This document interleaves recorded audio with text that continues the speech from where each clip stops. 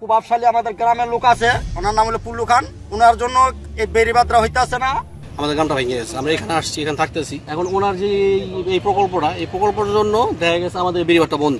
আমরা যদি ফিরা ভাঙন দেয় আমরা কই যাইমু?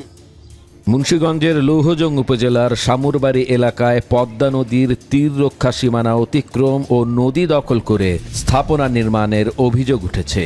স্থানীয় প্রভাবশালী ব্যক্তিরা নদীর উপর বাঁধ নির্মাণ প্রকল্পের নকশা অমান্য করে বহুতল ভবন সহ বিভিন্ন স্থাপনা নির্মাণ করছেন বলে অভিযোগ করেছে স্থানীয়রা। 23 এবং 24 সালের অর্থবছরে এই বাজেটটা প্রকল্পটা কাজ শেষ করার কথা ছিল। দীর্ঘদিন ধরে যে এখন বর্তমানে বেড়িবাঁধ চলতেছে, ওনার যে কিছু বিল্ডিং করার কারণে আমরা এখানে রাস্তার পুরাটা নিতে পারতেছি না। আগে এক সময় আওয়ামী লীগ সরকার ক্ষমতা ছিল, ওনারা এই কাজটা উদ্বোধন করে থুয়া গেছে। এখন ওনাদের জন্য এই কাজটা হইতেছে না। উনি রীতিমতো একটা কি নিজের প্রভাবে রাখতে রাখছে। নিজের স্বার্থ যদি না দেখতো, যদি সাধারণ মানুষের স্বার্থ দেখে, তাহলে দেখা গেছে এই বেড়িবাঁধটা ওকে হইতো। জানা যায় ভাঙন রোধে বাঁধ নির্মাণাধীন প্রকল্পের ব্লকের পাশেই এসব স্থাপনা গড়ে উঠছে। এতে তীর রক্ষা বাঁধের কার্যকারিতা মারাত্মকভাবে হুমকির মুখে পড়ছে।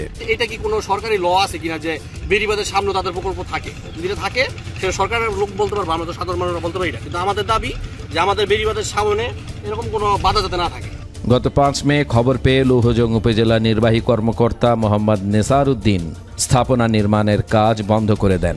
এরপর বাঁধের ব্লক বসানোর কাজ শুরু হলে ওই এলাকায় নতুন করে স্থাপনা নির্মাণের অভিযোগ পাওয়া গেছে। পুরোপুরি এটা পত্রী জায়গা, সরকারি জায়গা। তো সরকারি জায়গার মধ্যে এই বেড়িবাঁধ যদি আমাদের এই বছরের মধ্যে না হয়, সামনের বাদে সেই গাঁও দিয়া, শামুরবাড়ি, হাড়ি দিয়া একটা হুমকির মুখে পড়বো।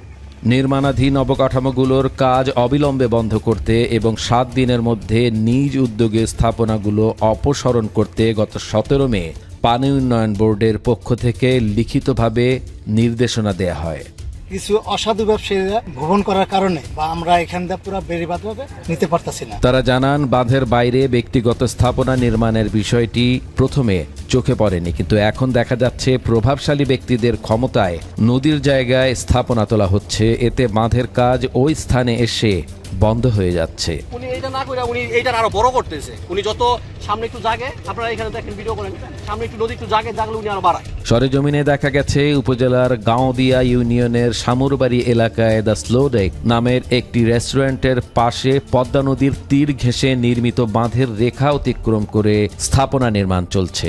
স্থাপনা থাকার কারণে বাঁধের ব্লক বসানোর কাজও আংশিকভাবে বন্ধ রয়েছে। এ বিষয়ে রেস্টুরেন্টের মালিককে একাধিকবার ফোন করলেও তাকে পাওয়া যায়নি। ইউনুস খান মেমোরিয়াল, এখন একজনে বলে রিসোর্ট, একজনে বলে একাডেমি, একটা এক সময় এখন বর্তমানে রিসোর্ট হিসেবে ব্যবহার করতেছে। এই জায়গার মধ্যে প্রথমে ছিল একটা ছোট্ট একটা হাসপাতাল, চোখের চিকিৎসা করতো। 5 টাকা টোকেন কিনা ডাক্তার ফ্রি। বর্তমানে সেই টিকিটের মূল্য 200 টাকা। একটা স্কুল করছে, যে স্কুলে আপনার ভর্তিতে টাকা লাগে 5,000। ঠিক আছে, উনি রীতিমতো এখানে একটা ব্যবসা শুরু করছে। যে রিসোর্টটা দিচ্ছে, রিসোর্টে ঢুকতে লাগে 4,000 টাকা। যদি একটা লোক এক রাত থাকতে চায়, এক রাত থাকার জন্য লাগে 40,000 টাকা। ওনার এই যে অবৈধ কাজ, এই অবৈধ জায়গা দখল, এই বেড়িবাঁধের যে সম্পূর্ণ আর কি একটা বাধা। দেখা যায় এখানে একটা রিসোর্ট করছে, রিসোর্টের নামে অসাধু ব্যবসা চলতেছে।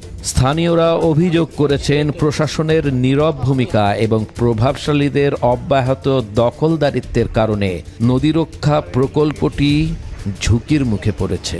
আর আগে যে চিঠি দিয়েছিল আমরা তো ব্যবস্থা নিয়েছি, এখন লেখালেখি করেন, আমরা তো লেখালেখি করছি, তাহলে আবার চিঠি দিব আমরা। আচ্ছা ঠিক আছে, আমরা তাহলে একটু সরেজমিনে গিয়ে আমাদের দেখতে হবে। ঠিক আছে, আমি লোক পাঠাচ্ছি, লোক পাঠা আপনাকে আমি জানাবো না। কোন জায়গা সম্পদ নাই আমাদের, যা ছিল এখন ওই নদীর মাঝে। যে সরকারের কাছে যেমনি কই আমাদের এই বেড়িবাঁধের কাজটা উন্নয়ন করে দেন এবং এই সোজা যেভাবে আমাদের নদীটা শাসন হয়, এই কাজটা আপনারা করে দেন সরকারের কাছে কইয়া।